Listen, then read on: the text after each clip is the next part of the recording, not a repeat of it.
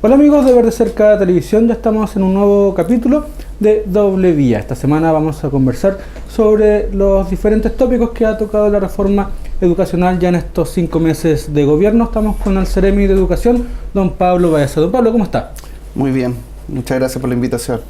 No, ¿de qué? Oiga, Ceremi, ¿cómo se lleva a cabo una reforma educacional que debe dejar contento a una serie de entidades, estudiantes, alumnos, profesores, sostenedores, izquierda, derecha? ¿Cómo se lleva adelante esta ambiciosa reforma? La madre de todas las batallas. Así es. En el Parlamento dijeron. Es una gran pregunta, sobre todo porque cuando hablamos de una reforma que tiene como principal objetivo un cambio de paradigma en torno, ¿no es cierto?, a lo que nosotros entendemos por educación pública, según las leyes actuales, es complejo. Hay un sinnúmero de actores involucrados en que esta reforma se lleve a buen puerto, y hay un sinnúmero también de formas de llegar a construir esa reforma. Por lo tanto, nunca se va a poder estar de acuerdo, ¿no es cierto?, con todos los actores involucrados. Lo importante aquí es aunar criterios y llegar por lo menos a bases comunes, a entendimientos comunes, en un tema que es complejo como el fútbol, porque de fútbol hablan todos, todos pueden opinar. Y en educación pasa algo muy similar. Todos opinan de educación y tienen derecho a opinar, porque hemos sido alumnos, hemos sido apoderados, hemos todos pasado por la experiencia pedagógica. Por lo tanto, todos tenemos algún tipo de visión en torno a qué nos gustaría mejorar de la educación o de la experiencia pedagógica por la que pasamos. Por eso es tan complejo.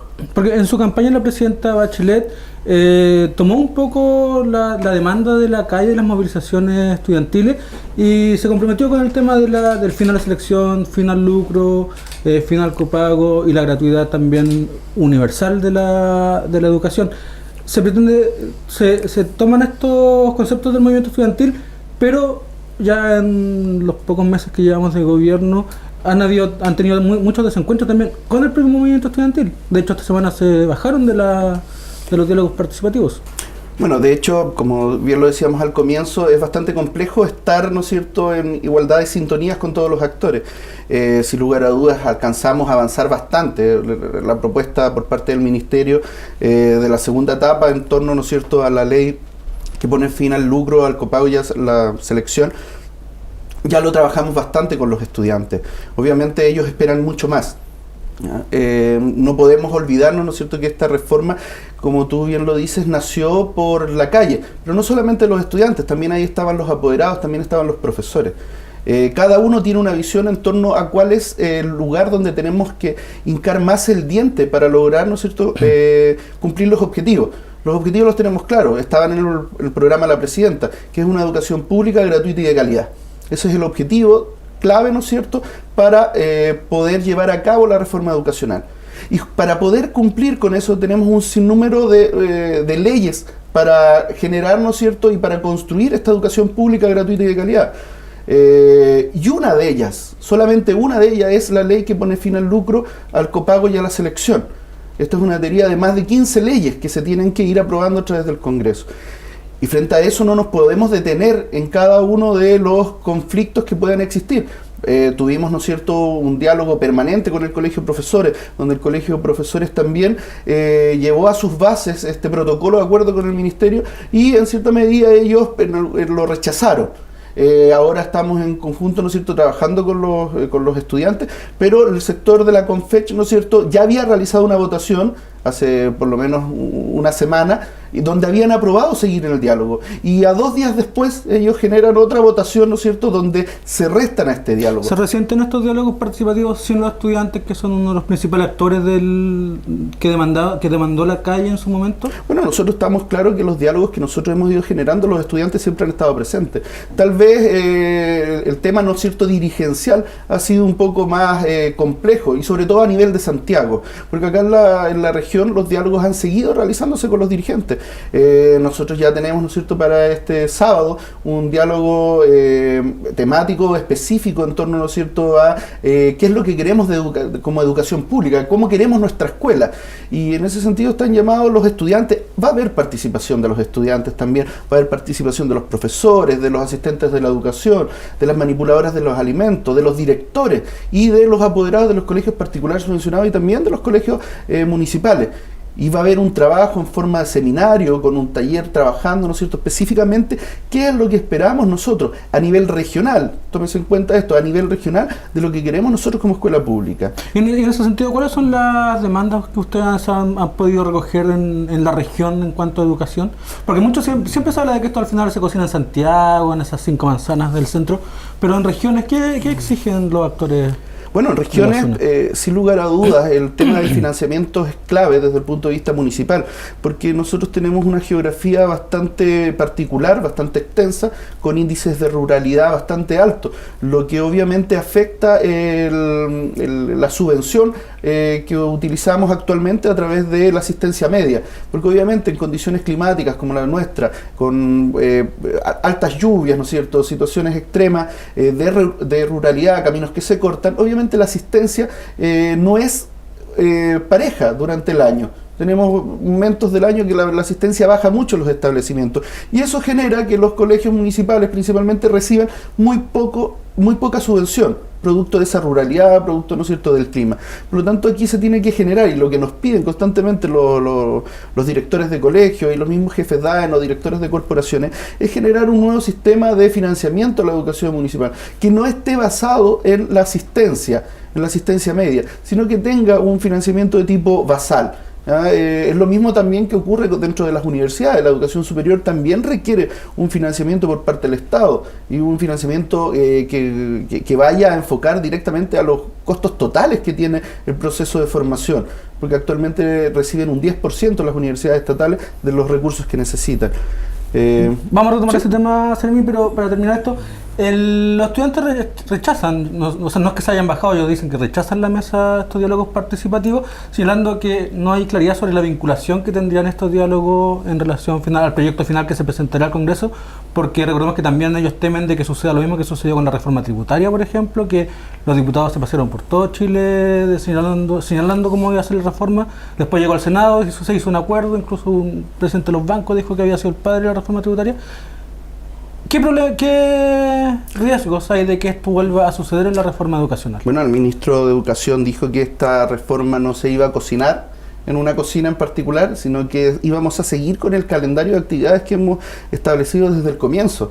Nosotros desde abril en adelante comenzamos a realizar estos diálogos en la región, ya llevamos más de 160 diálogos en la región.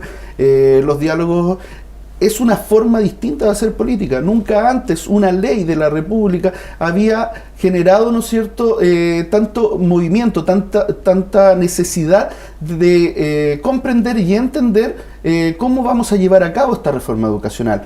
Porque aquí también los conceptos estaban claros desde el comienzo, con la construcción de una educación pública, gratuita y de calidad. Pero el mecanismo mediante el cual lo vamos a hacer es el que ha generado, ¿no es cierto?, conflictos, pero conflictos en cierta medida por un sector de la política nacional que ve con temor su participación desde el punto de vista incluso empresarial en las acciones en algunos colegios. De ahí que el único proyecto de ley que haya generado tanta crispación sea el que pone fin al lucro, el que termina con la selección y que acaba con el copago. Principalmente porque aquí se hieren, ¿no es cierto?, susceptibilidades de grupos, ¿no es cierto?, que han invertido una gran cantidad de recursos, ¿no es cierto?, y que ven cómo ese nicho se les puede escapar de las manos. Incluso al interior de la nueva mayoría. Puede ser, ¿no es cierto?, dentro, ¿no es cierto?, de la nueva mayoría, que también existan algún tipo, ¿no es cierto?, de intereses. Estamos en un país donde las leyes estaban y permitían que los colegios pudieran lucrar, no así las universidades, pero la ley le permitía a los colegios lucrar, por lo tanto no estaban haciendo algo que fuera ilícito. El tema es que ahora, como Estado, nosotros queremos cambiar las condiciones de financiamiento y en los mecanismos mediante el cual el Estado va a seguir invirtiendo los recursos en educación pública.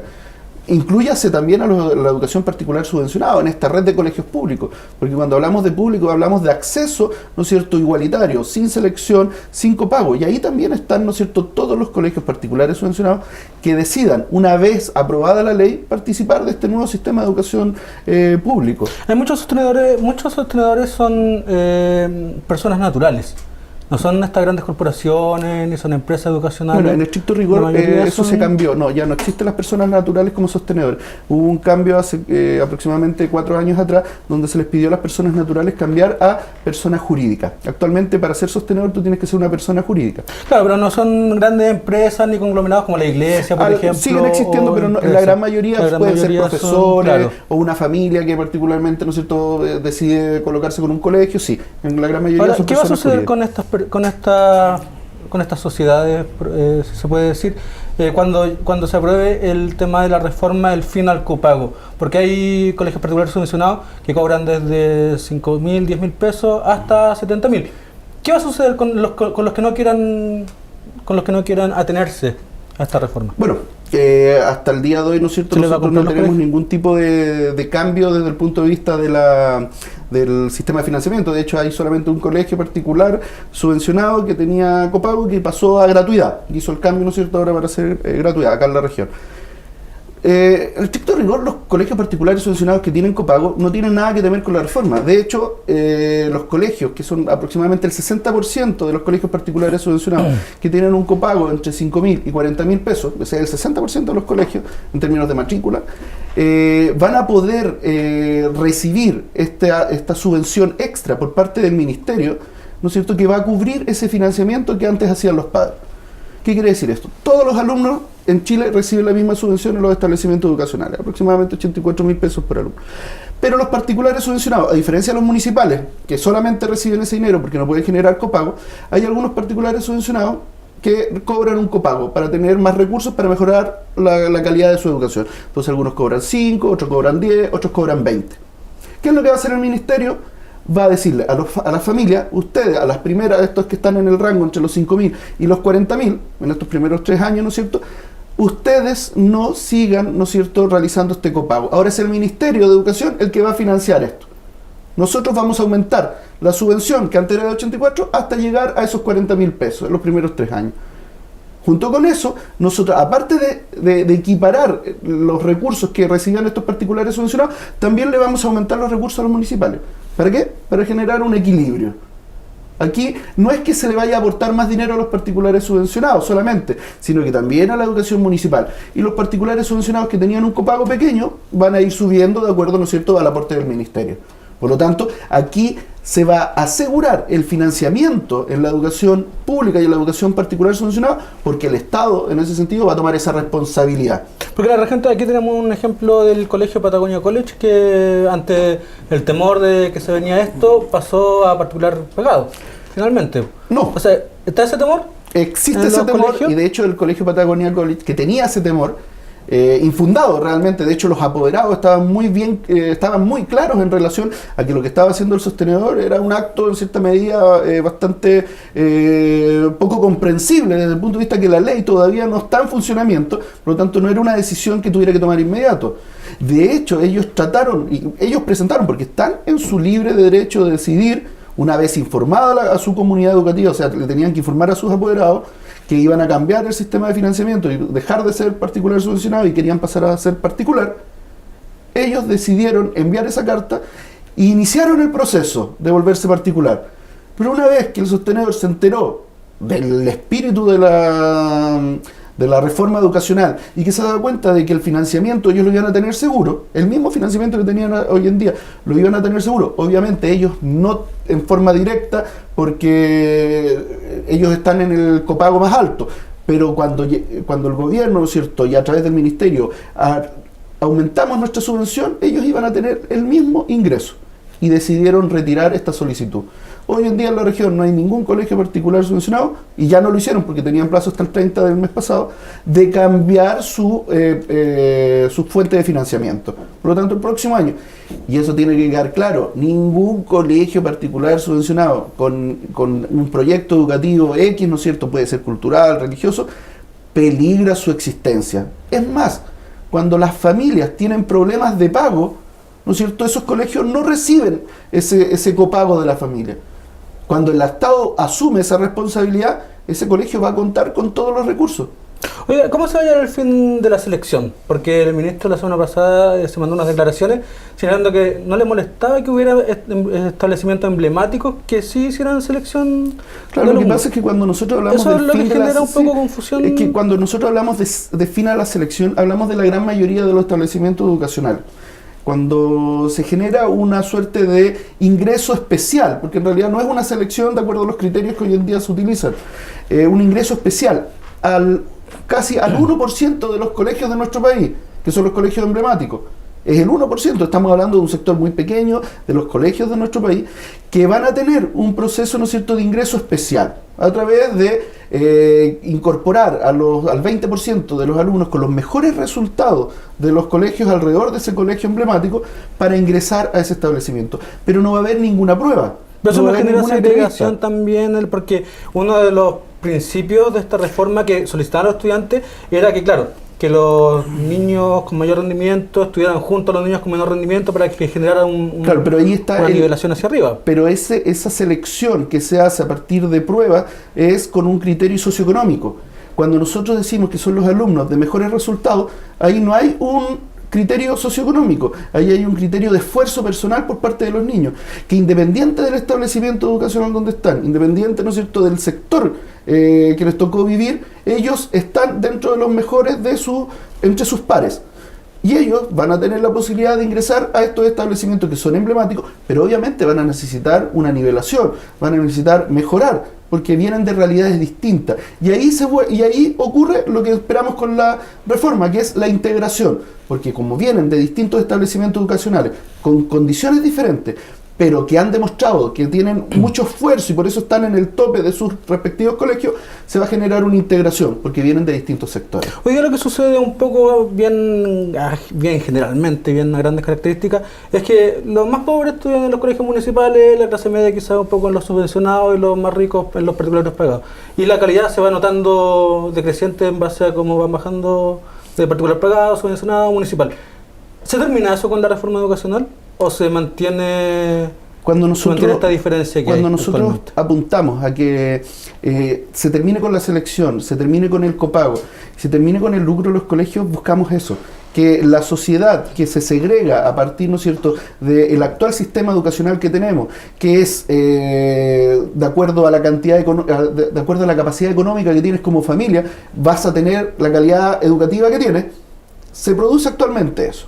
Cuando nosotros establecemos la construcción de un nuevo sistema de educación pública, gratuito, que no seleccione, abordamos a que la integración ocurra al interior de la sala de clases. Esa integración que nosotros queremos como sociedad, porque finalmente nuestra sociedad, como se segrega desde la infancia en adelante, y uno tiene más o menos claro que un niño, de acuerdo al lugar donde le tocó nacer y donde le tocó estudiar, tiene su proyección económica en el futuro, hoy en día nuestro país no puede seguir con ese modelo.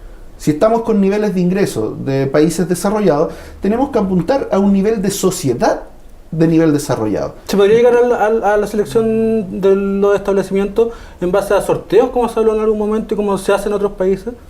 El sistema de sorteo se establecerá en la medida que los colegios, y algunos colegios, ¿no es cierto?, reciban un aumento desde el punto de vista de las postulaciones, de las matrículas.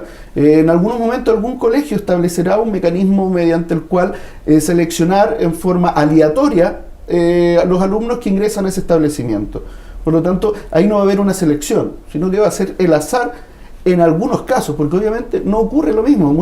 Cuando nosotros queremos colegios de calidad, indistintamente del lugar donde estén, la familia va a priorizar, ¿no es cierto?, los colegios que estén más cerca de su casa, los colegios, ¿no es cierto?, que estén más cerca del trabajo, porque si nosotros les demostramos que la calidad educativa va a estar en todos los establecimientos educacionales, tanto urbanos como rurales, en comunas, ¿no es cierto?, de mucha vulnerabilidad, pero que van a tener una calidad educativa como la que esperamos todos, ¿no es cierto?, no va a haber ese aumento, ¿no es cierto?, indiscriminado que existe hoy en día, solamente en estos colegios más emblemáticos o que aseguran, entre comillas, una mejor calidad.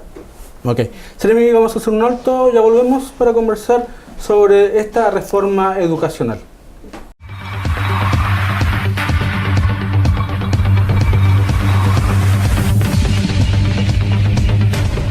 Para que tu producto o servicio llegue a muchas personas de Puerto Varas y la región, Ver de Cerca Televisión es tu medio. Publicita con nosotros a través de la señal 33 de Telefónica del Sur. Llegamos a más de 50.000 personas desde Valdivia hasta Quellón.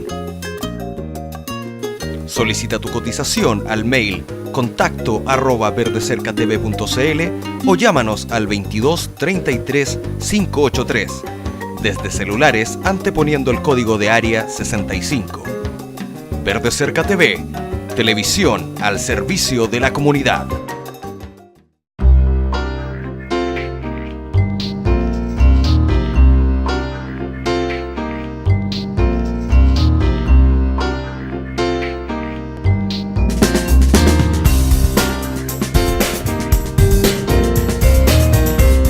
En Agenda de los Lagos, todos los panoramas para una semana entretenida, música, arte, gastronomía, talleres, cultura y espectáculos.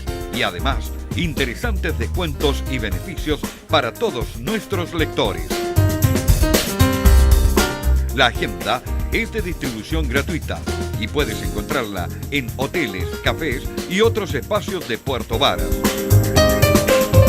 Publica con nosotros escribiendo a agendadeloslagos@gmail.com y síguenos en las redes sociales. Agenda de los Lagos, un espacio para todos.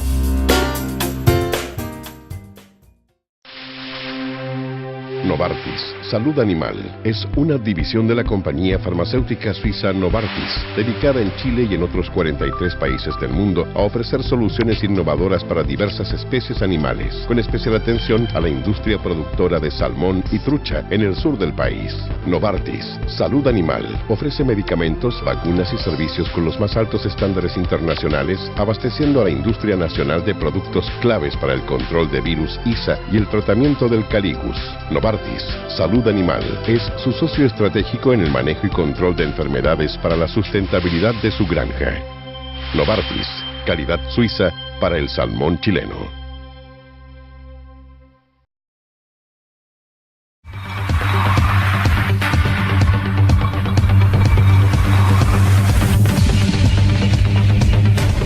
Bueno amigos, ya estamos de vuelta en Doble Vía en Ver de Cerca Televisión. Estamos conversando con el Ceremi de Educación, don Pablo Baeza, sobre la reforma educacional. Ceremi, uno de los aspectos que contiene esta reforma educacional también que se ha anunciado es la desmunicipalización de la educación. ¿Cómo se va a hacer esto? ¿Se va a hacer de golpe? ¿Se va a hacer progresivamente? ¿Cómo se van a desprender las municipalidades de los establecimientos? Bueno, este es un tema, todos los temas, todas las leyes, ¿no es cierto?, de la reforma educacional son complejos. Y tú bien los dices, el proceso de desmunicipalización que comienza ahora en el segundo semestre y que comienza con los trabajos que ya se han ido realizando con algunos municipios, tiene que realizarse de acuerdo, ¿no es cierto?, a un saneamiento por parte de los municipios de las deudas precedentes.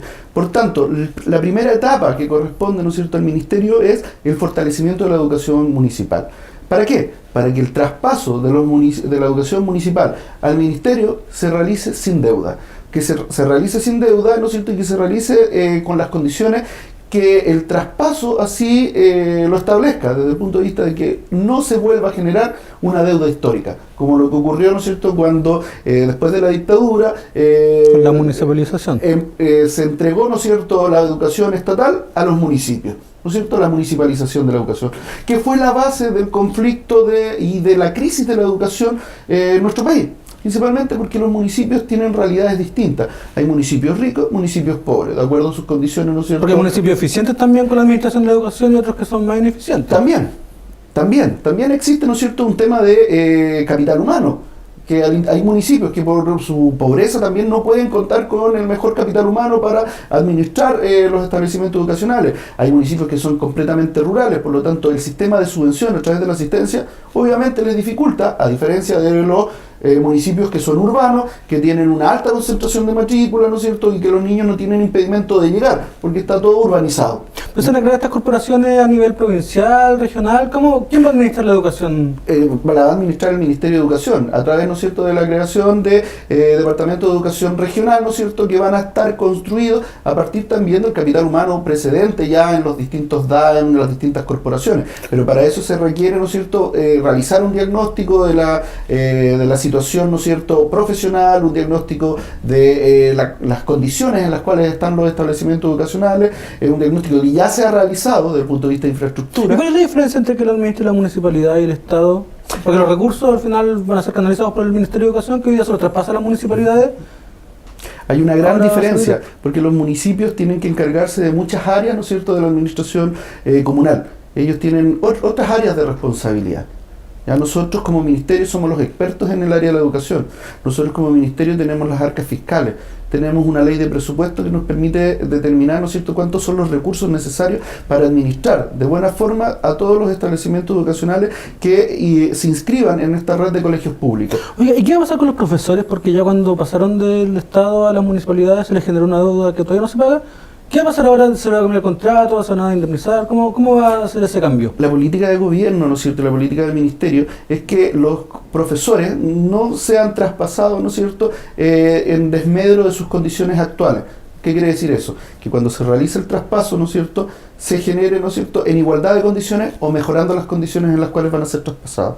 De hecho, también dentro de este protocolo de acuerdo que hubo con el Colegio de Profesores, las 5 propuestas que establecía el Ministerio, había una política, ¿no es cierto?, de incentivo al retiro, donde se le iba a pagar 21 millones de pesos a los profesores que querían retirarse, que querían, ¿no es cierto?, jubilar. Junto con eso, el aumento del sueldo mínimo de los profesores, que venía congelado ya desde el año 2010 en adelante, que no había tenido ningún avance. Junto con eso también los profesores que llevaban 2 años, ¿no es cierto?, a honorarios en el colegio, pasar, ¿no es cierto?, a contrato definitivo. Al igual que los que llevaban 3 años en distintos establecimientos educacionales, también pasaban a este contrato definitivo.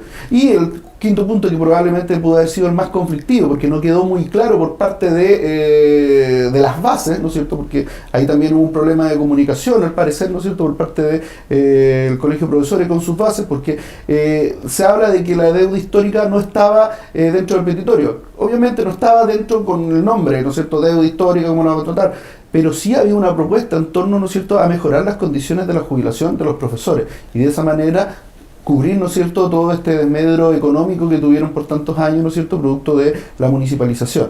Por lo tanto, también, en cierta medida, había una propuesta por parte del Ministerio que era seguir trabajando en torno a esta propuesta de una jubilación mayor a la que hoy en día tienen los profesores, producto, ¿no es cierto?, de estas deudas de arrastre. Oiga, a propósito de profesores, siempre estamos hablando de una reforma educacional que contemple al final la selección, final lucro, la gratuidad, temas que son bastante administrativos quizás en el fondo, pero ¿qué sucede dentro del aula de clase con los niños? Porque hay un consenso generalizado en que la educación en Chile, dentro de la OECD por lo menos, una de las que peor rendimiento mantiene como en la educación misma, en el aula, de hecho, en la sala de clase. Uno de los últimos resultados que entrega, ¿no es cierto?, que el 10% de los alumnos con los peores resultados en Shanghái está por encima del 10% de los mejores alumnos con mejor resultado en Chile. Claro, entonces, así de dispar es la característica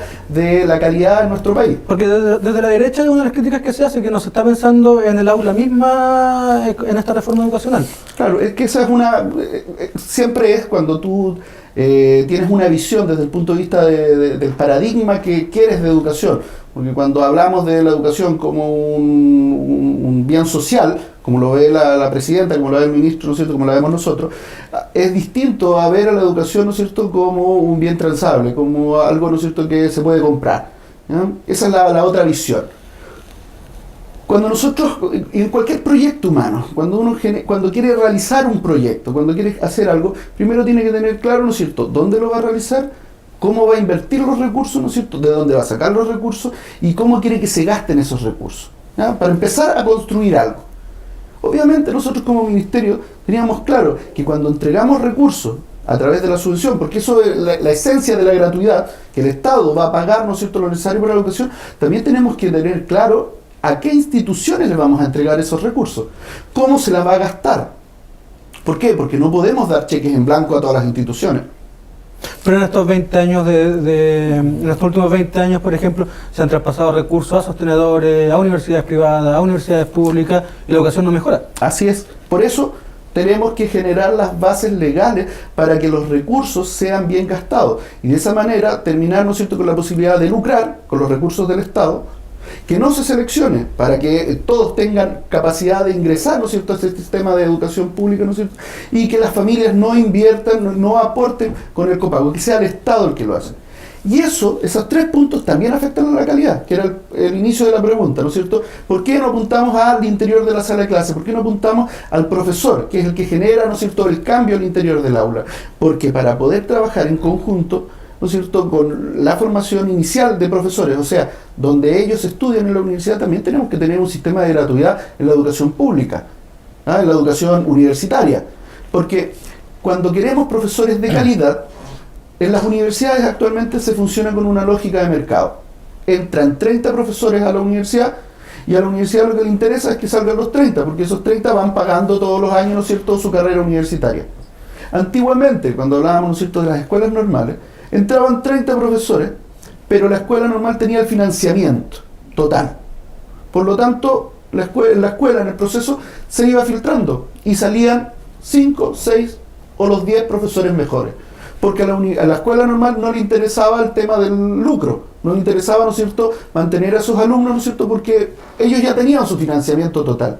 Hoy en día eso es lo que esperamos, a través, ¿no es cierto?, de mejorar el inicio en la carrera docente, que las universidades tengan el financiamiento, ¿no es cierto?, para formar a los profesores que ingresan y que salgan los mejores, automáticamente mejoramos la calidad de los profesores. Pero no sacamos nada solamente con sacar profesores de calidad, sino que también tiene que haber un seguimiento a través de la carrera docente. La carrera docente lo que busca también es que los profesores que salgan, ¿no es cierto?, sean de muy buena calidad, pero al mismo tiempo lo vean esto como una carrera. Ellos, a través, ¿no es cierto?, de su esfuerzo, de sus evaluaciones, de sus resultados, van a ir ganando más dinero, como lo hacen todas las demás profesiones. Cuando tú mejoras tus resultados, cuando tú tienes mejor performance en tu área laboral, vas mejorando tu salario. Por lo tanto, se vuelve una carrera. Junto con eso también tenemos que dar las condiciones, porque no sacamos nada con tener muy buenos profesores que reciban su sueldo si no tienen tiempo para planificar las clases. Y esas son las condiciones que se tienen que dar, ¿no es cierto?, para que los profesores tengan un horario establecido, ¿no es cierto?, por contrato, para planificar sus clases, y otro horario, ¿no es cierto?, para estar delante del curso. Por ejemplo, la queja ha sido que ellos tienen que realizar las pruebas en las casas, en el fin de semana. Los profesores chilenos son los que tienen la mayor recarga de horario delante del curso de toda Latinoamérica. Incluso, ¿no es cierto?, está dentro de los más grandes del mundo. ¿Qué quiere decir eso? Que un profesor con 44 horas de clases de contrato tiene que estar aproximadamente 38 horas delante del curso. Y obviamente el resto de horas que te quedan, ¿no es cierto?, no alcanzas a preparar clases para cada curso, no alcanzas a preparar evaluaciones, no alcanzas, ¿no es cierto?, a evaluar esas evaluaciones. ¿Usted está de acuerdo con quienes dicen que Chile no es un país culto en general? En términos generales probablemente, pero tenemos muy buenos exponentes de la cultura popular. Estamos a puertas, ¿no es cierto?, de celebrar los 100 años de Nicanor Parra. Tenemos, ¿no es cierto?, el premio Nobel Pablo Neruda, Gabriela Mistral. Tenemos premios nacionales de ciencia porque son reconocidos internacionalmente. Es que se lo pregunto porque, claro, hay quienes sostienen que la educación hoy día es instrucción, no es educación, y que apunta básicamente a la generación de empleados. Sí, falta el tema crítico, formación ciudadana, reflexión, la formación de buenos ciudadanos. ¿Está de acuerdo en que se vuelva la clase de educación cívica? Porque eso extrañamente, a mí me extraña que después de que llegó la democracia se retiró la clase de educación cívica, la asignatura de educación cívica de los establecimientos. Bueno, el proyecto de retirar la educación cívica de los planes y programas venía de mucho antes, no solamente después del 90. El tema central es que hoy en día se ha diluido la formación ciudadana porque está como objetivo transversal. Entonces depende mucho de las habilidades de los profesores, cómo incorpora en sus planes y programas, ¿no es cierto?, las habilidades ciudadanas. Entonces está sujeto solamente a la habilidad de un profesor de generar contenidos transversales en sus planes y programas, o sea, en su asignatura. sin lugar a dudas, ¿no es cierto?, la función de la educación es generar ciudadanos, más que incorporar contenidos específicos de ciertas áreas, ¿no es cierto?, es construir a la ciudadanía, una ciudadanía crítica, una ciudadanía empoderada, ¿no es cierto?, y a ciudadanos al servicio, ¿no es cierto?, del país desde el punto de vista laboral, técnico, profesional, ¿no es cierto?, y todas las variables que tienen. ¿Estamos al debe? Claro que estamos al debe. Tenemos que generar, ¿no es cierto?, una transformación desde el punto de vista de los contenidos que se enseñan en las clases, es parte esencial de la reforma. Pero como lo hemos ido mencionando, tiene tantas aristas, tantas variables esta reforma educacional, que no se pueden comenzar todas en un conjunto. Se tiene que hacer, ¿no es cierto?, por las bases, junto con las bases generar, ¿no es cierto?, los pilares, y dentro de estos pilares están los profesores, están los alumnos, están los asistentes de la educación, están los manipuladores de alimentos. Entonces, para poder construir este gran edificio, tenemos que ir paso a paso, sobre todo porque también los recursos van a llegar en forma, ¿no es cierto?, escalonada, y de esa manera es como se construyen los cimientos sólidos, ¿no es cierto?, de un edificio que pueda tolerar, ¿no es cierto?, cualquier terremoto. Y nuestra reforma educacional se está haciendo con las bases, se está haciendo con todos los representantes para que sus bases sean sólidas y para que, independiente del gobierno que venga, ¿no es cierto?, estas bases sean tan sólidas que pueda perdurar con el tiempo. Nuevamente la pregunta, esto se está discutiendo a nivel de diálogos participativos con muchos sectores sociales. Esto va a tener que presentarlo el gobierno en el Parlamento. En el Parlamento hay voces incluso de la nueva mayoría que ya están un poco desentonando en este discurso. ¿Qué va a suceder en el Parlamento con esta reforma? Con estos proyectos de reforma. Bueno, los proyectos, ¿no es cierto?, que se entregan en el Parlamento también tienen la posibilidad de mejorarse. Ya, obviamente nuestros representantes, nuestros diputados y nuestros senadores están en el Congreso para mejorar las leyes. Es su función, para eso, ¿no es cierto?, tenemos un Parlamento. Por lo tanto, estamos seguros que presentando un proyecto de ley se podrán hacer algunas enmiendas, algunas correcciones, porque obviamente nuestros representantes tienen la capacidad de hacerlo y lo van a hacer para mejorar. En los diputados y los senadores de la nueva mayoría, todos están conscientes de que el objetivo de la reforma es construir una educación pública, gratuita y de calidad. Nadie cuestiona, ¿no es cierto?, nuestros objetivos principales. Hay algunas variables en torno, ¿no es cierto?, a las herramientas a utilizar para conseguir esos objetivos, pero los objetivos están claros por todos los parlamentarios, ¿no es cierto?, de nuestro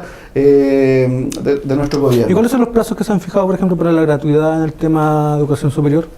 Bueno, ahí está el tema, ¿no es cierto?, porque la reforma se va a hacer en forma paulatina y escalonada.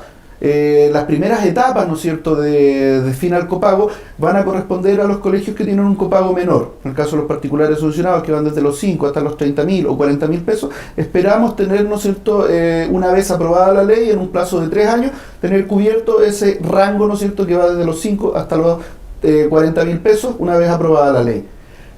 Junto con eso, la presidenta pidió, ¿no es cierto?, que ojalá ya el 2016 empezáramos con la gratuidad de por lo menos el 70% de los más vulnerables del país, apoyándolo en conjunto con la política del propedéutico, que también tiene su objetivo de incorporar a la universidad sin utilizar el sistema de PSU, sin utilizar, ¿no es cierto?, el sistema de ranking, a través, ¿no es cierto?, de un perfeccionamiento, de un trabajo directo con los niños más vulnerables, pero los niños que tienen los mejores resultados en su establecimiento educacional, y prepararlos desde tercero a cuarto medio para que ingresen en forma directa a la universidad. En ese tema, un cortito, bien cortito porque se nos va el tiempo. ¿Cuántos años de universidad deberían ser gratuitos para los estudiantes? Bueno, porque ese es un tema también, porque hay quienes se extienden por más tiempo del debido. Esa es una de las discusiones que tiene que ver con estos diálogos temáticos. Son las discusiones que tenemos que hacer como país, porque obviamente uno como profesor o uno, ¿no es cierto?, como docente de la universidad tiene cierta visión en torno a cuánto es lo necesario o cuánto debiese ser lo que nuestro Estado está capacitado para financiar. Si hay carreras que duran 5 años, uno es capaz, ¿no es cierto?, de financiar esos 5 años, pero si se atrasa, bueno. Entonces, ¿esa es la discusión de la duración de las carreras? Sin lugar a dudas, una de las discusiones que tenemos que hacer. ¿Cuánto estamos dispuestos como Estado y como sociedad a financiar, ¿no es cierto?, la cantidad de años independiente de las carreras? Y ese es un estudio que se tiene que realizar. Pero las universidades también deben realizar un estudio respecto de la duración de las carreras, porque hay carreras que duran 5 años y otras que duran 7. No merecen... Y eso es un trabajo tiempo que tiene que realizar, ¿no es cierto? Tú bien lo dices, las universidades, porque hay carreras que duran 5 años que tal vez deberían acortarse a 4. Esas son discusiones que se van a ir haciendo al interior de las universidades. Nosotros también, a través del trabajo, la semana pasada estábamos celebrando la educación técnica profesional y junto con eso se estableció la necesidad de que se vinculara la formación técnico-profesional en los colegios en conjunto con los institutos técnico profesional y con las mismas universidades, para que los niños que ingresan a la educación técnica profesional en los colegios tengan una lógica en sus asignaturas que le permita acortar sus carreras una vez que ingresan al instituto profesional, porque si estudias técnico mecánica automotriz en un liceo, después ingresas a un instituto profesional a estudiar mecánica, que no tengas que pasar las mismas asignaturas. O sea, el reconocimiento de aprendizaje previo. Correcto, y de esa forma acortar tu tiempo de estudio en ese instituto profesional. Y si quieres aún más llegar a la universidad, que exista ese mismo reconocimiento. De ahí la necesidad de trabajar en conjunto, ¿no es cierto?, con colegios, institutos profesionales y universidad. Esa es la propuesta que el ministro de Educación va a presentar en marzo de este próximo año, y esto, ¿no es cierto?, para recordar que la semana pasada estuvimos trabajando con la educación técnica profesional, ¿no es cierto?, en toda la región. Es una gran labor allá. Y es una gran labor y apunta directamente a mejorar las competencias laborales de nuestra región. Por lo tanto, de esa manera apuntamos directamente a mejorar la economía regional, porque tenemos que apuntar a áreas profesionales acorde a nuestro territorio. No vamos a estar formando, ¿no es cierto?, a jóvenes que se vayan a trabajar a la mina en el norte, cuando lo que nosotros necesitamos es mayor capacidad humana, ¿no es cierto?, aquí en el territorio, con nuevas tecnologías, con nuevas ideas, y nosotros ser capaces, ¿no es cierto?, de aportar desde el punto de vista regional a las riquezas de nuestra región. Ok, Seremi, muchas gracias por estar con nosotros en WIA. Ok, muchas gracias. Bueno amigos, esa fue la conversación con el Seremi de Educación, don Pablo Baeza, sobre los diferentes aspectos de la reforma educacional. Nos encontramos el próximo lunes. Por su atención, muchas gracias y hasta pronto.